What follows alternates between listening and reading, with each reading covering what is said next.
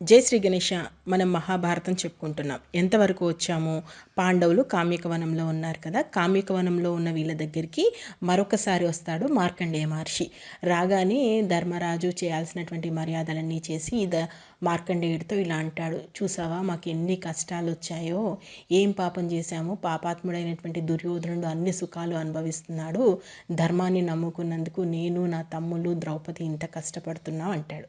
దానికి మార్కండేయుడు ఏం చెప్తాడంటే, కనీసం నువ్వు జూదమాడి ఓడి ఈ కష్టాలు అనుభవిస్తున్నావు, కానీ శ్రీరాముడు ఏం తప్పు చేశాడని చెప్పేసి అన్ని కష్టాలు అనుభవించాడు.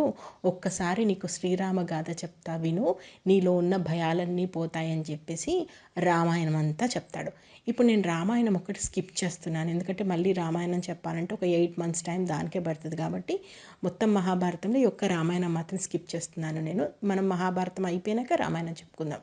ఆ తర్వాత ధర్మరాజు ఇలా అంటాడు, మరి మాకంటే కష్టాలు తప్పట్లేదు, ద్రౌపది ఏం తప్పు చేసింది, ద్రౌపది ఎందుకు ఇన్ని కష్టాలు పడుతుంది అంటే, అప్పుడు మార్కండేయుడు సతీ సావిత్రి కథ చెప్తాను విను, ఆమెలాగానే ద్రౌపది కూడా అద్భుతమైనటువంటి పేరు సంపాదించుకోబోతుంది ఆ రోజుల్లో, ఆమె ఎన్ని కష్టాలు పడిందో ముందు చెప్తానని చెప్పేసి సతీ సావిత్రి కథ చెప్తాడు. సో మనం ఈరోజు సతీ సావిత్రి కథ చెప్పుకుందాం.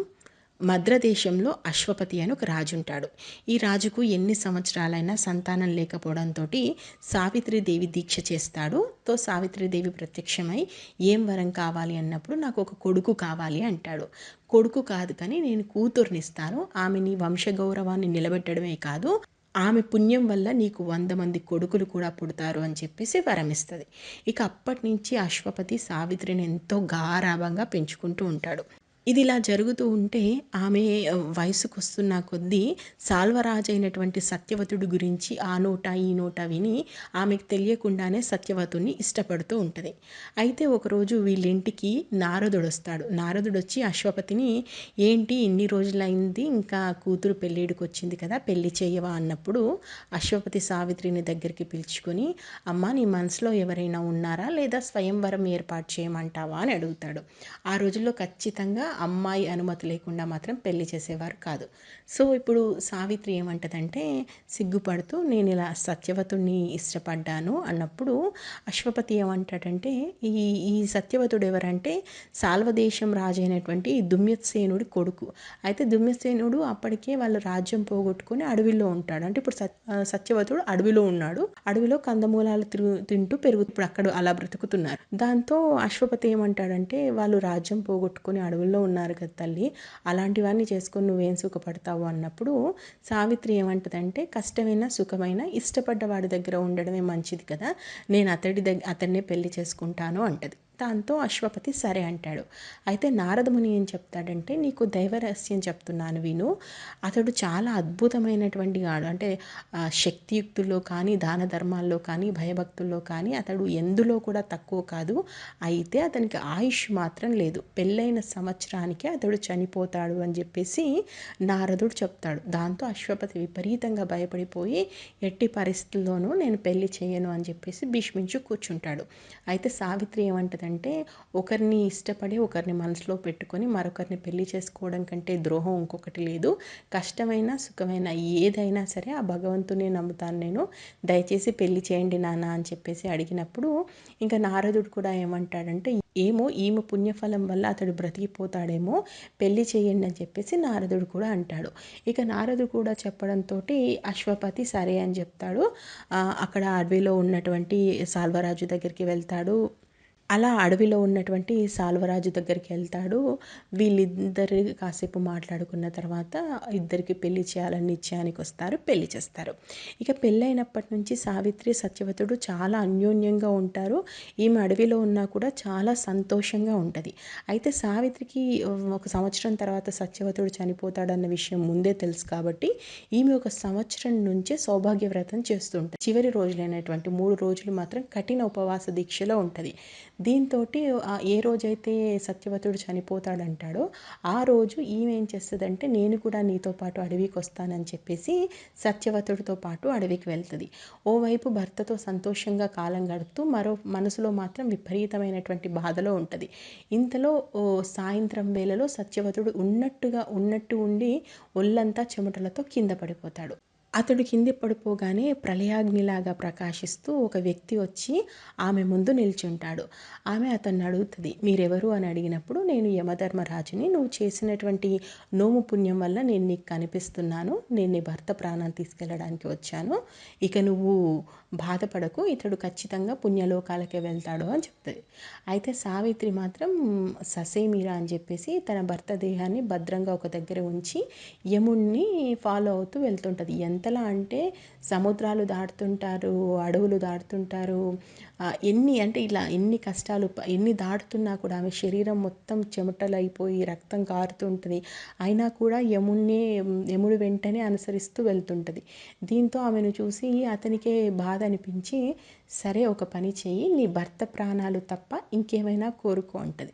అప్పుడు ఆమె ఏమంటదంటే, నా మామ కళ్ళు లేక ఇబ్బంది పడుతున్నాడు, అతనికి చూపివ్వండి అంటది. సరే తదాస్తు అనేసి మళ్ళీ వెళ్తుంటాడు.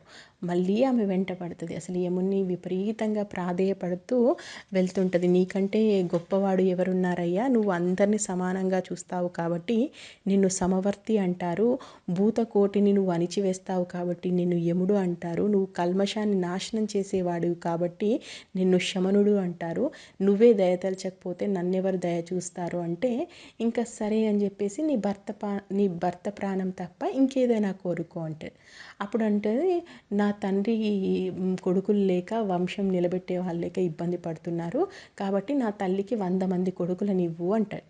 సరే తదాస్తు అంటాడు. సరే ఇంకా వెళ్ళు అంటే మళ్ళీ వెళ్ళదు, మళ్ళీ అతని వెంట పడుతుంది. ఈసారి యముడు ఆమెను తీవ్రంగా పరీక్షిస్తాడు. అంటే అసలు చాలా కఠినమైనటువంటి దారిలో వెళ్తుంటాడు. శరీరం మొత్తం ఆమె శుష్కించుకుపోతూ పడరాని పాటలన్నీ కూడా పడుతుంటుంది. అయినా కూడా యముడిని వదలకుండా అలాగే యముడు వెంట వెళ్తుంటుంది.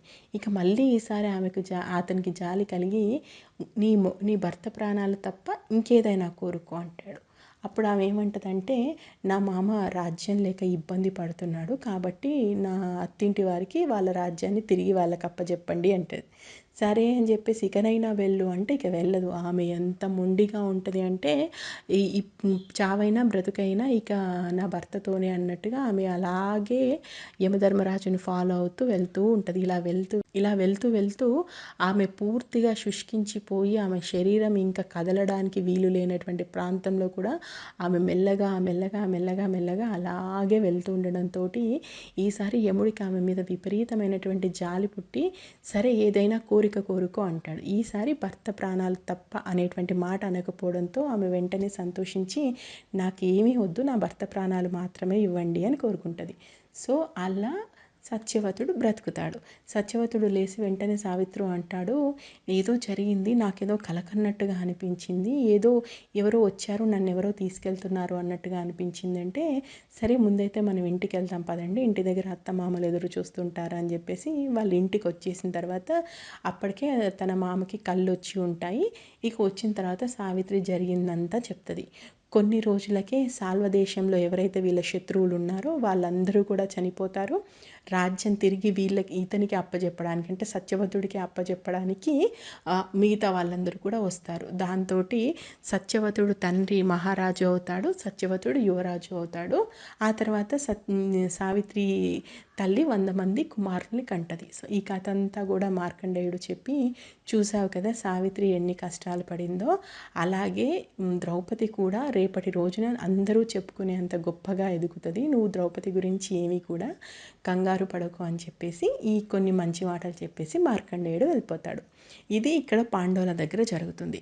మరోవైపు ఇంద్రుడు ఏం చేస్తుండంటే, ఇప్పుడు అరణ్యవాసం పూర్తి కావాల్సి వస్తుంది. అంటే కొన్ని రోజుల్లో అరణ్యవాసం పూర్తవుతుంది. ఎలా అయినా సరే కర్ణుడి కవచకుండరాలు కొట్టేయాలనేటువంటి ఆలోచనలో ఉంటాడు. ఎందుకంటే కర్ణుడికి కవచకుండరాలు ఉంటే అవి ఎప్పటికైనా పాండవులకు ప్రమాదమే కాబట్టి కర్ణుడి కవచకుండరాలు కొట్టేసే పనిలో ఇంద్రుడు పడ్డాడు. ఇంతకీ ఎలా కొట్టేస్తాడు, ఎప్పుడు కొట్టేస్తాడు, రేపటి ఎపిసోడ్లో చూద్దాం. నేను మహాభారతం ఉన్నది ఉన్నట్టు చెప్తున్నాను, ఏది కూడా మిస్ చేయలేదు. ఈరోజు మనం రామాయణం తప్ప, ఎందుకంటే రామాయణం చాలా టైం పడుతుంది కాబట్టి రామాయణం మనం తర్వాత చెప్పుకుందాము. మొత్తం మహాభారతం ఉన్నది ఉన్నట్టు చెప్తున్నాను. మీకు నచ్చితే ఆశీర్వదించండి. అలాగే ఇప్పటివరకు జరిగిన మహాభారతం, ఇంతవరకు జరిగిన స్టోరీ తెలుసుకోవాలనుకుంటే మన ఛానల్లో ప్లేలిస్ట్లోకి వెళ్తే మహాభారతం ప్లేలిస్ట్ ఉంది, మీరు అక్కడ చూడొచ్చు. Thank you. జై హింద్.